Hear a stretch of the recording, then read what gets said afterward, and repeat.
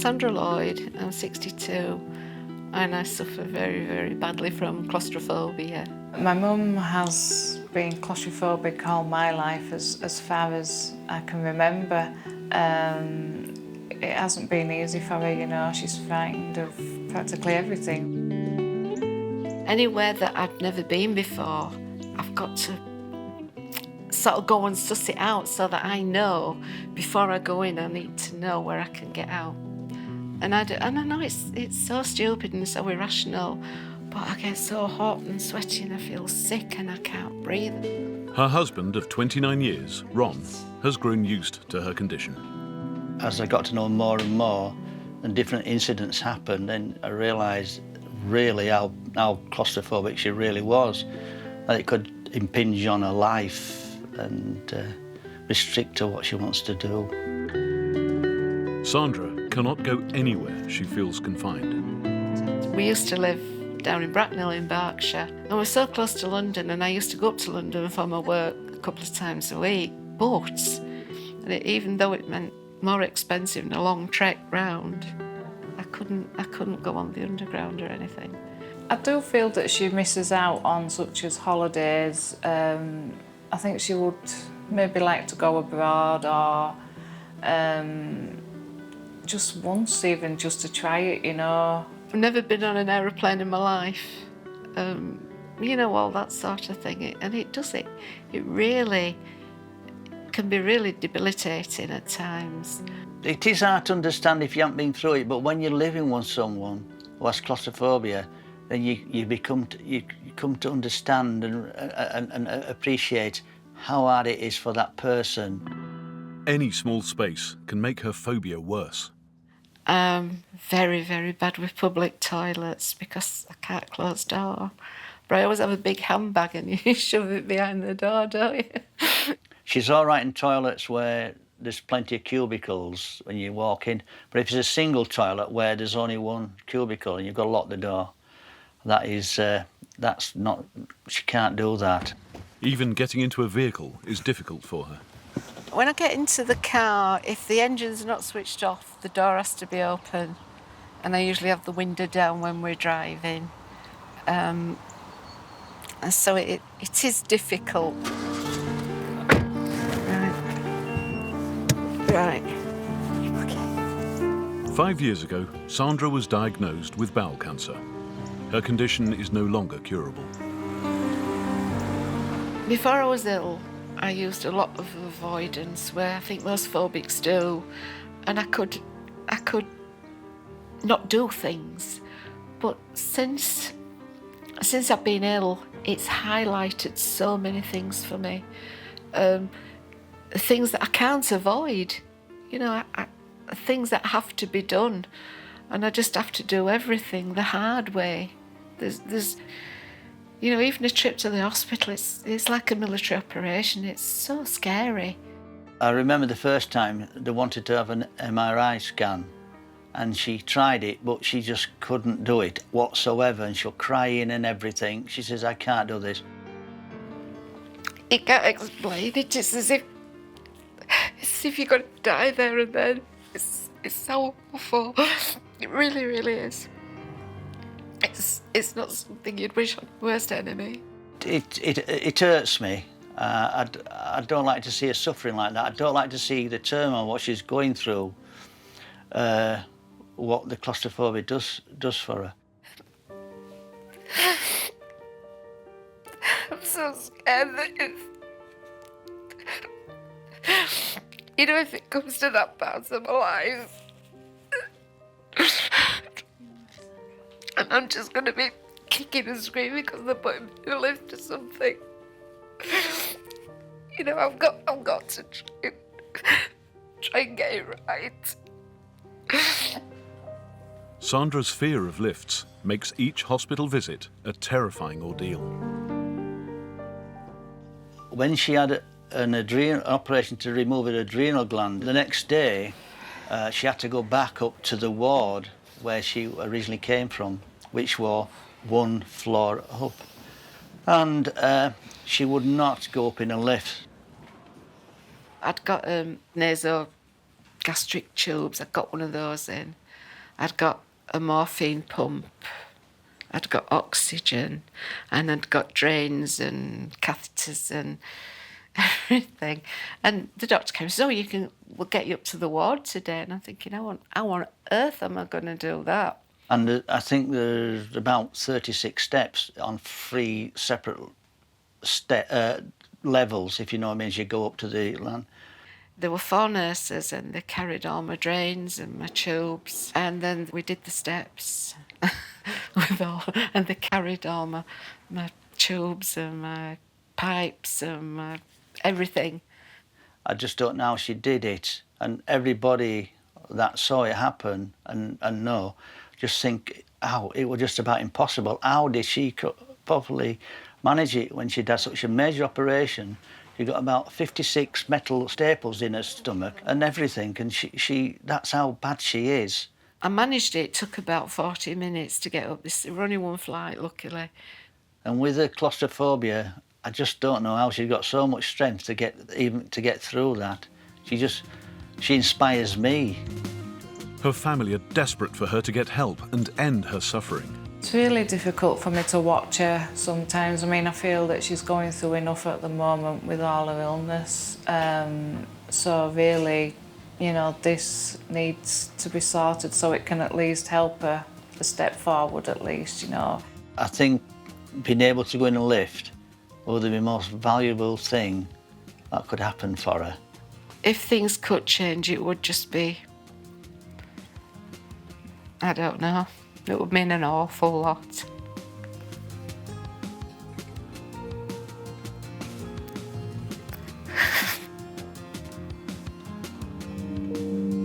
"62-year-old Sandra's claustrophobia is crippling her life.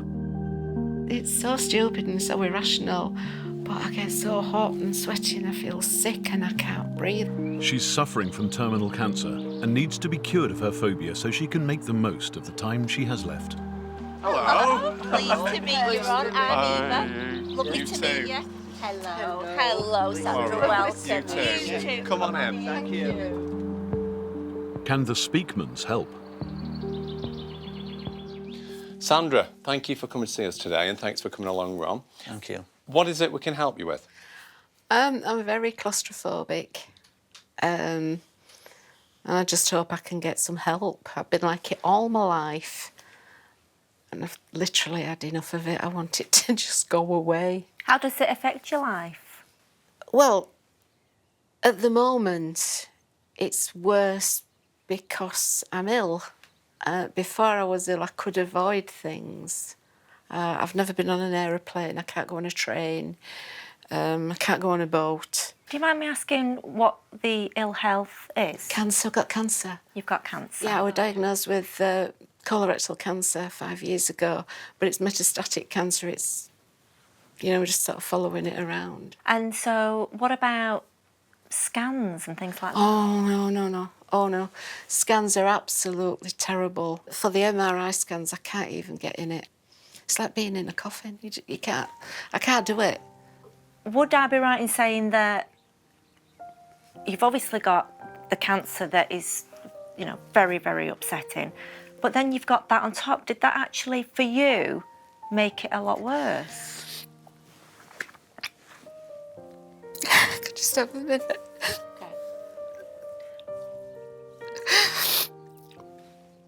Yeah, because when I became ill, I couldn't avoid things. You know, Exactly. like I said, I didn't have to go 'Cause you rely on on a other train, people, and I aren't didn't you? have to do various things. I didn't have to go in a lift because I could go upstairs. Thank you.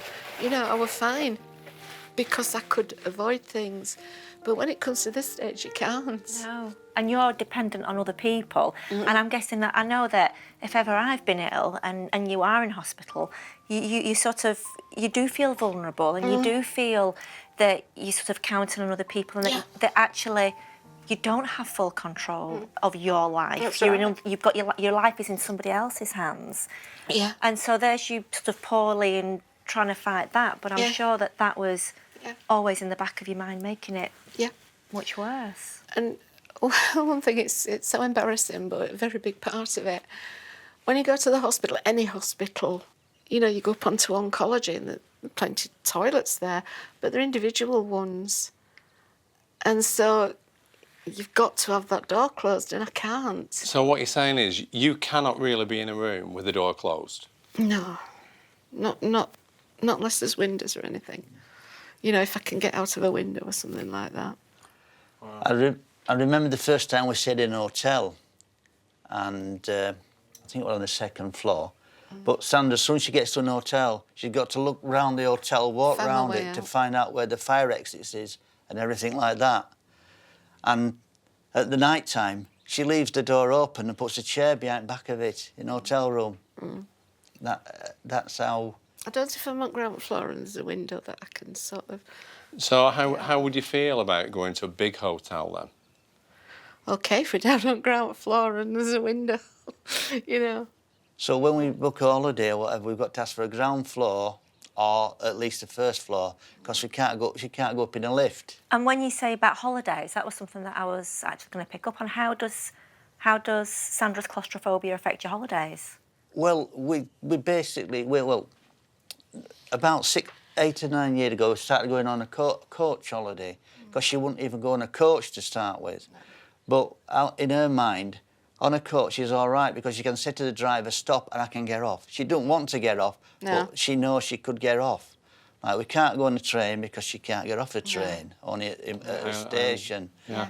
Do you not feel, Sandra, that Ron's really missing out here? Well, both of you, but obviously Ron hasn't got claustrophobia, so for someone who hasn't got a problem, Yeah. do you not feel that Ron's really missing out? I do, yeah. So let me ask you, Sandra, because you've had cancer for 5 years. Yeah. And I'm going to say you look really healthy. Yeah. And I wouldn't know. No, you wouldn't. I wouldn't know. So, obviously, at some point, your health is going to deteriorate. Yeah.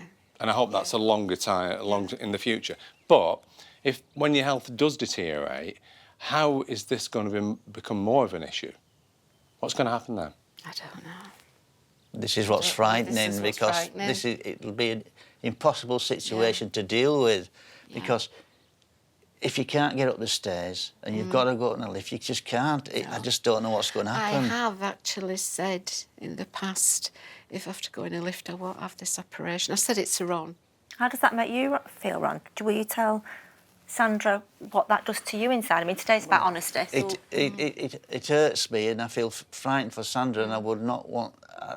I just want her to get better, the best she can, and it really, really... It hurts me and upsets me. I'm sure, because knowing that she might need an operation but she won't have it. Well, because you want to do the best and you want her to have operation. I know I'm not going through it, but it's like I'm going through it for her with an illness. Of course. Sandra, sorry to interrupt you. What is it that's making you feel so emotional right now? I don't know, just all this coming out, I think.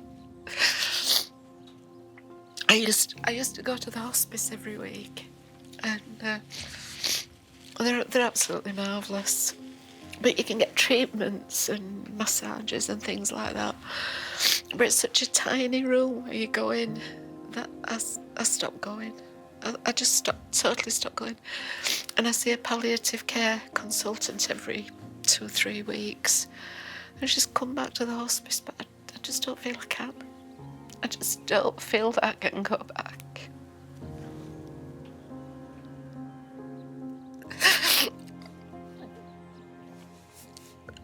I'm making a mess of this, Sandra. Not at all.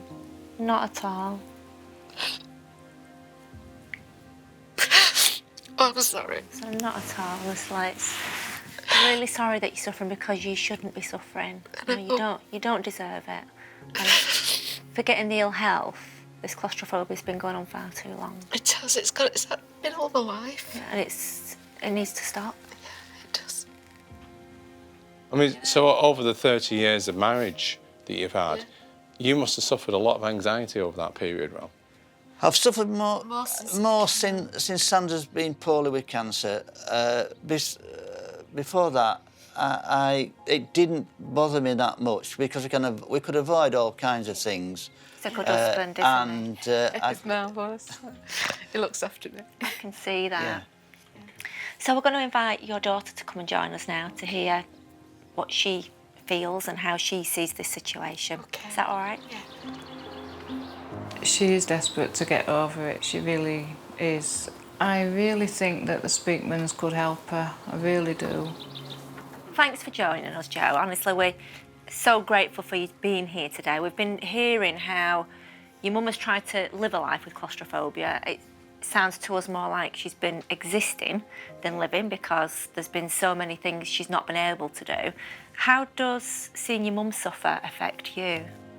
It really hurts me, you know, it frustrates me. She needs the help, especially now, you know, with hospitals and things like that. And she's put off scanners and things like that and certain tests because she's so frightened, and she really can't do that.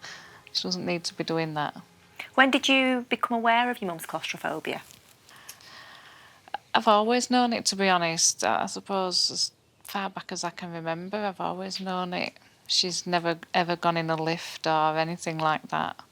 But it's really shown me as she's got ill like this, just how bad it is. So let me ask you, Jo, what are your worries for your mum's future if she doesn't get over this? It's the hospital more than anything, you know, with the lifts and things, because one of these times you won't be able to walk up the stairs with all your drips and your drains rather than go in the lift, or you might need that important scan and you're just frightened to go in it, and you know, that's how it'll help you, hopefully. And obviously you just want any help that the hospital Yeah, of course, yeah. can provide. Yeah. When I first started being ill, I was ill for about 12 months before I was diagnosed, just a little bit longer. And the GP was treating me for IBS for 12 months, but it wasn't the GP's fault, because I've had appointments come through the post and I've thrown them away because I've been so scared. I'm really sorry that you've been frightened for so long. Yeah. Because to have a letter come through, Yeah. to go for tests, Yeah. and you obviously knew the risks. Yeah, I did. You knew the risks. Yeah. And to throw it away really tells me how frightened you are. Yeah. Mm-hmm. And it's been all my life. It's been my entire life. You know, as far back as I can possibly remember. Today's a good day then, isn't it? It is, and To draw a line in the sand, yeah, I think. get rid of it. Definitely. The family have been asked to write letters to each other to say how they feel. Hi Mum, you mean the world to myself, Ian and Lauren. Your claustrophobia has been a huge burden on your life for as long as I can remember. It seems to have gotten worse as time's gone on. You are a very brave lady with everything that you're going through, and we are all immensely proud of you. You're a true inspiration to us all. Good luck, darling. P.S. I can't wait to see you in a lift or on a train. Lol. Thank you. Ron? To my darling wife Sandra, even though we have lived together with your claustrophobia, it has not stopped us living a happy and fulfilling life together. What concerns me most of all is how hard it is to see you struggle up the stairs when you are going to hospital for an operation or treatment for your cancer. Whatever happens, nothing can ever stop me from loving you, for you are my whole world. I love you so very, very much. All my love, Ron.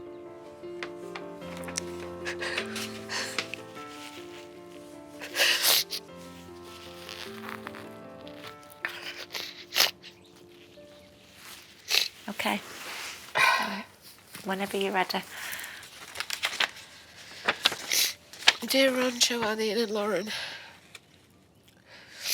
I'm really sorry that my being claustrophobic has stopped us from doing so many things together as a family. You've all been so supportive, but now I think it's time that this claustrophobia was gone. Although it's a bit late for foreign travel, there are still so many things we can do. Go to a West End show, big museums, shopping centres, train journeys. In fact, anywhere we want. Ron, you won't have to drag me up the hospital stairs because I will be able to use the lifts. I will be able to go to public buildings without first having to find the exits before we go in. Oh, that would be so wonderful, so liberating.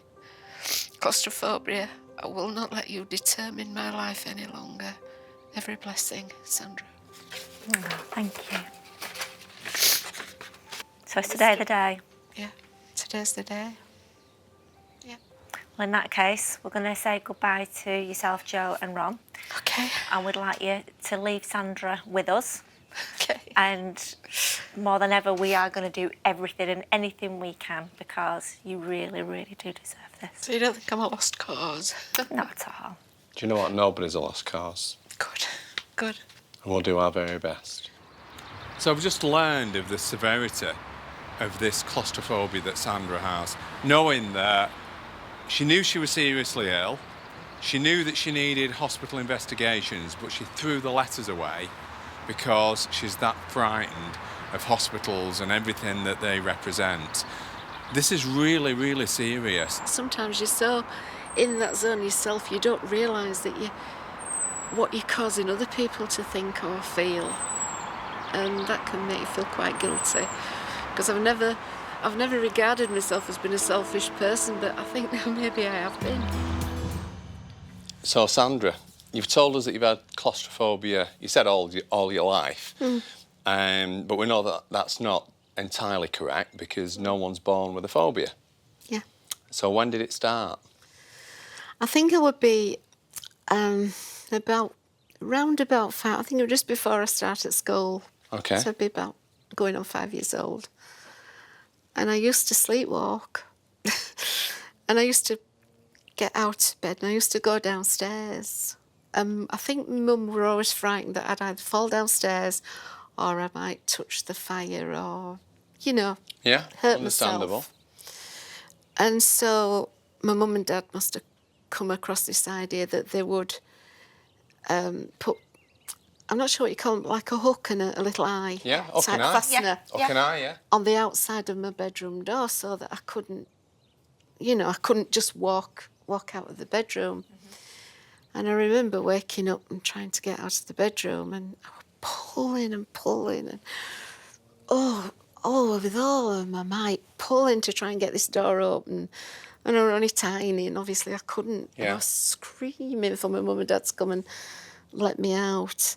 And And what they happened? did. When they woke up and sort of realised what was happening, they did come and take it Okay. off.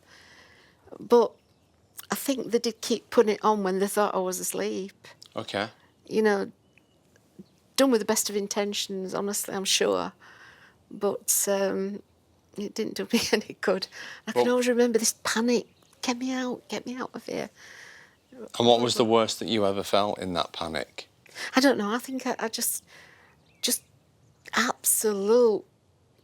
absolutely terrified. Because I couldn't have been more frightened. I don't think I'd have tried. And I don't know, 5 did years you old. fear? And I thought we're going to die. If I don't get out of here now, this second, That you're going to die? that I'm going to die because you can't breathe. And Okay. You said being locked in that room, you felt like you were going to die. Mm-hmm. You see, but what I'm hearing, because sleepwalking, you could have fallen down the stairs, you could have killed yourself. Yeah. What I'm hearing is that being locked in that room actually saved your life, potentially. Yeah. Yeah, I suppose it could have, actually. Yeah. You see, when you consider that, Sandra, that being locked in a room can save your life, all of a sudden, claustrophobia looks entirely different, doesn't it? Yeah.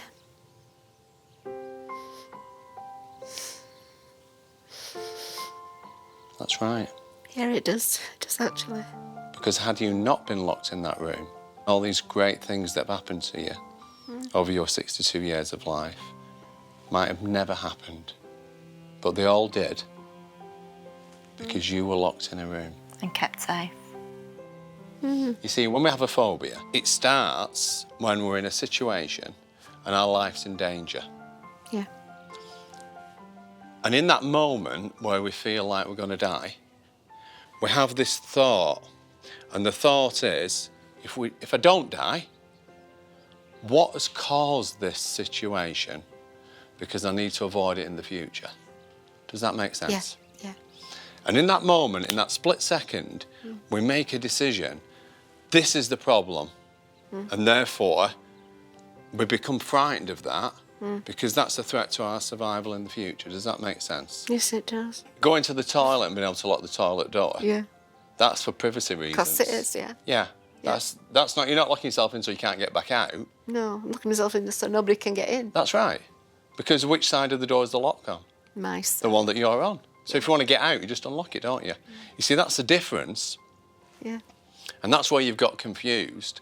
When you were 5 years of age, where was the lock? It's on the other side of the door. Oh, yeah. It was, wasn't it? So it's all changed, hasn't it? Yeah.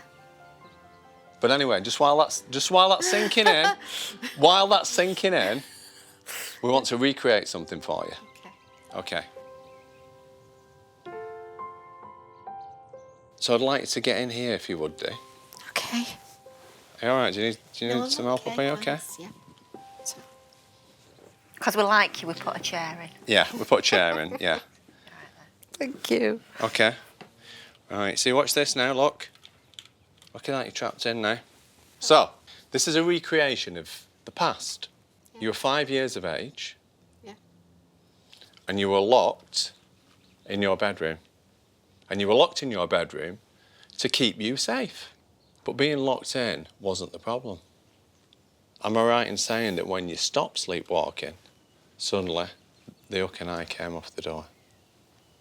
Yeah, it did. It did, actually. From the moment you stopped sleepwalking and the hook and eye came off the door, since that moment, when has anyone ever tried to lock you in it anywhere? They haven't. So when I said it's time to grow up, I was serious. Yeah, I know. I know. That's a hard bit, isn't it? You see, once you stop blaming that locked door, Yeah. that moment that you totally let it go, and you realise that locked door was there for your safety. That's the only reason it was locked, for your safety. And as soon as your mum determined that you were safe, that lock went. But you kept it going. Yeah. And when you were 5, you didn't have the ability to unlock the door. Yeah. But guess what? As an adult, No. like, push the button. Yeah.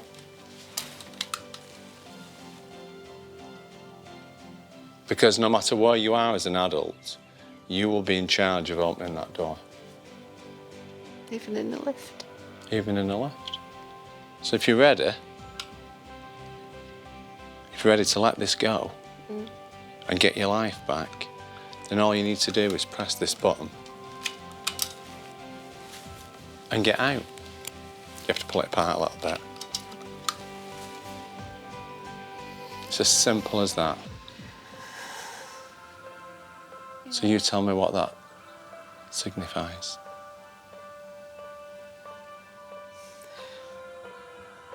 Freedom, I think. Exactly. Bit of liberation. Should we come out? Oh dear. Thank you. You're so welcome. Gosh, I never thought I'd do that. That's just how I feel inside. You know, I can see. it's marvellous. Thank you so much. You're welcome. It's nice to be liberated and free, isn't it? Yeah. Welcome to our world. People used to tell me it was because I had to be in control and That's not true. I never felt as though I wanted to control anybody or anything, just myself. But the ironic thing is you've always been in control. But you were just asking this 5-year-old. So we've got another test for you now. The great news is what we're going to ask you. You've done it millions of times in your Yeah, life. there's just a little bit extra. We want you to go in the toilet, but I want you to lock the door. Okay. But whose side of the door is the lock on? Mine. Okay. Got it? Yeah. It's dead easy, this, isn't it? You're not locking me in. I'm Yeah. locking me in. Yeah. And I'm locking myself. It's dead easy, isn't it? Mhm. How do you feel about that? Yeah. Has the apprehension gone now? Now you know what we're doing. Now I know what I'm doing, yeah. Come on then. Come on then. You could physically see the fear just melt away as she walked out of that playpen, and It's it amazing. was a fabulous Amazing. moment. The visualisation was a huge metaphor for her to realise that you're not a child anymore. You're behaving like a child because you think you're trapped. However, you're an adult and you're not trapped, and you can just walk right out and there's no problem.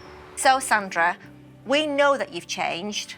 What we need now is for you to feel inside just how much you've changed. You see, we know because we can see it in your face. Right. And I think you can feel it inside as well, because I know that can. you're smiling, and you weren't smiling this morning. Yeah. So, so what we want you to do, we want you to go in the toilet Yeah. and lock the door. I know you've not Okay. done that before, and I know Right. it looks a bit scary for you, but we'd like you to do that. And if you do that okay, then what we want you to do is turn round, because we've got a camera in there, and when you turn round, I'm going to switch the light off. Okay. If you shout, I'll switch it back on. Yeah. But we're just, because we know that part of this, it happened in the dark. You were sleepwalking. Yeah. So we need to make sure that you can lock the door. If you can lock the door in a room with no windows, Yeah. and we can turn all the lights off, Yeah. then we'll all know that you're perfectly okay, won't we? And you've had 57 years of evidence of being uncomfortable and Yeah. having anxiety. Yeah. We Yeah. now need to give you evidence in the opposite way so Yeah. that you can leave here feeling rest assured it's gone. Okay, Yeah. so you go in and lock the door. Just shout out if you're not happy at any time. Oh well.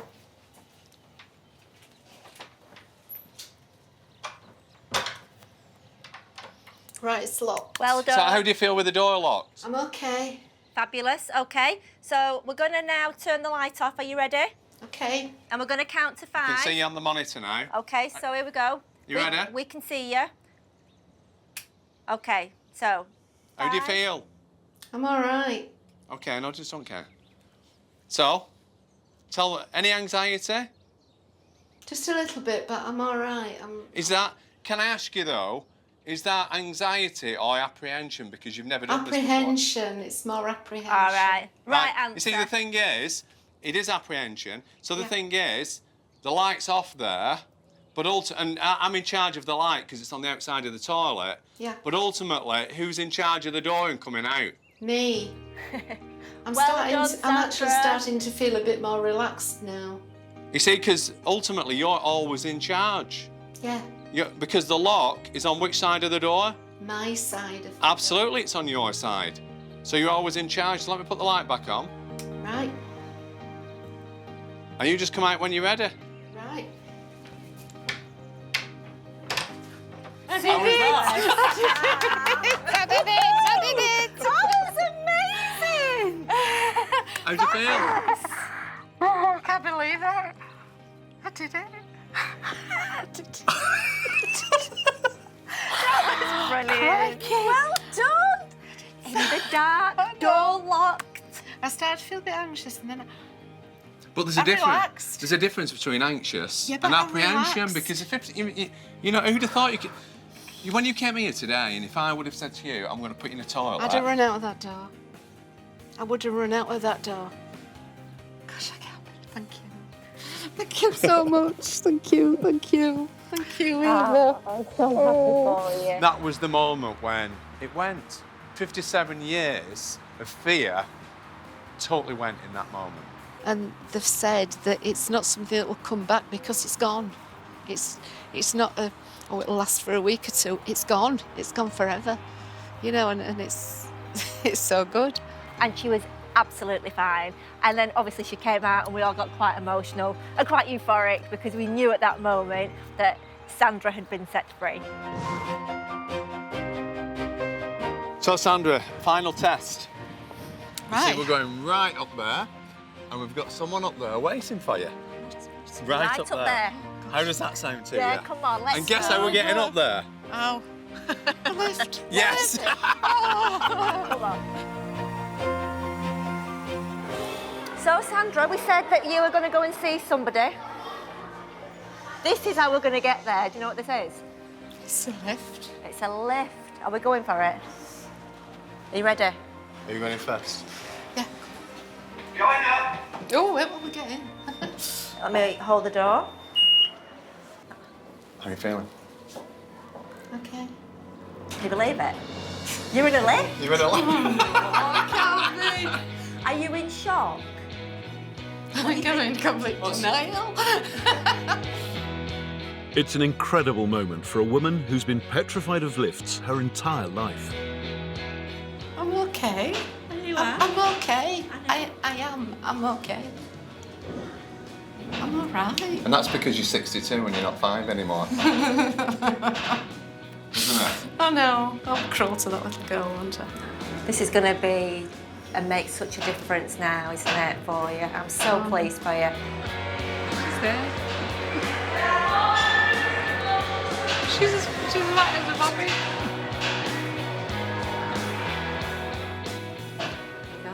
Look at that. Look at that. You've travelled in a lift and you made First it. time. Is it first time ever? Yeah, first time ever. Come on. First time ever. down.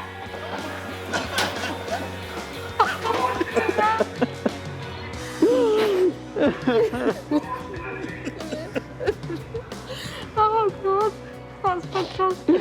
How do you feel? Fantastic. Well, we don't, thank you. Be worse than you up here. That's wonderful. I know. Can you believe it? Are you going to do it again? You. Oh, girls, I haven't seen it. Never. Thank you. This is the moment they've all been waiting for so long. Thank you. Well, You were miracle. she behaved. You weren't expecting that, were you? I'm not. We were Wilson. You're so You're very welcome. You're very welcome. I've got something for you now.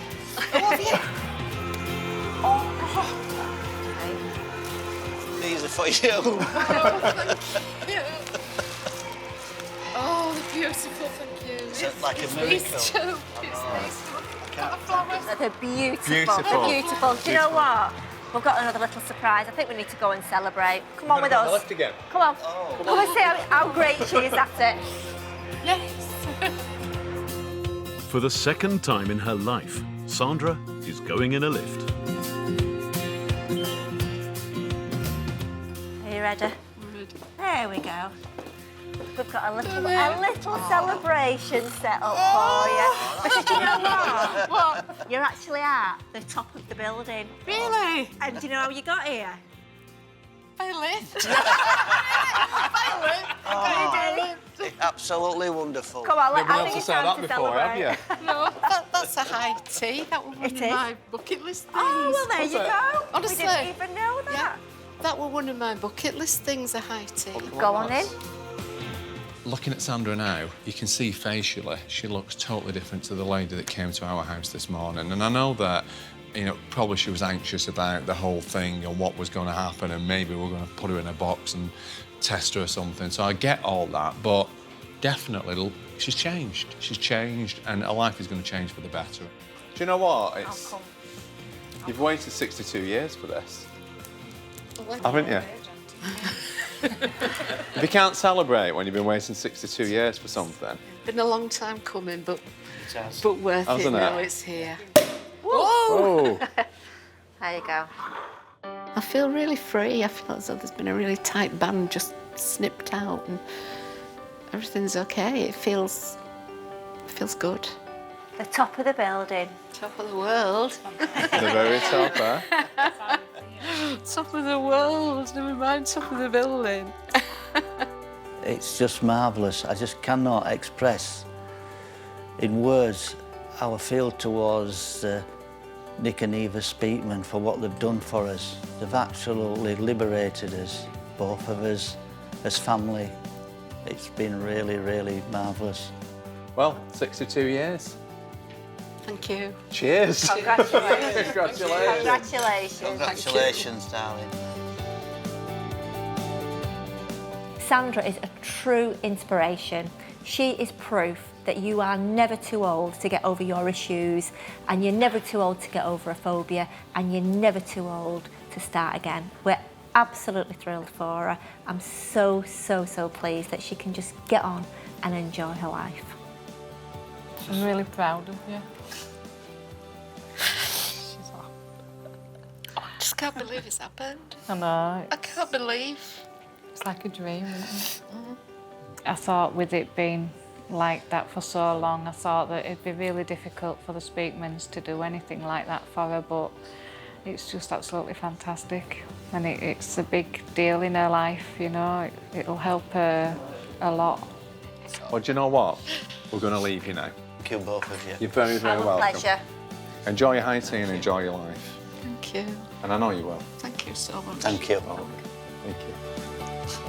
We've been really privileged and fortunate to be in a position that it's happened to us. It's happened to Sandra. And I know I'm biased, but she deserves it. Amaze doesn't even begin to cover it. It's just bigger than me, bigger than anything I've ever experienced.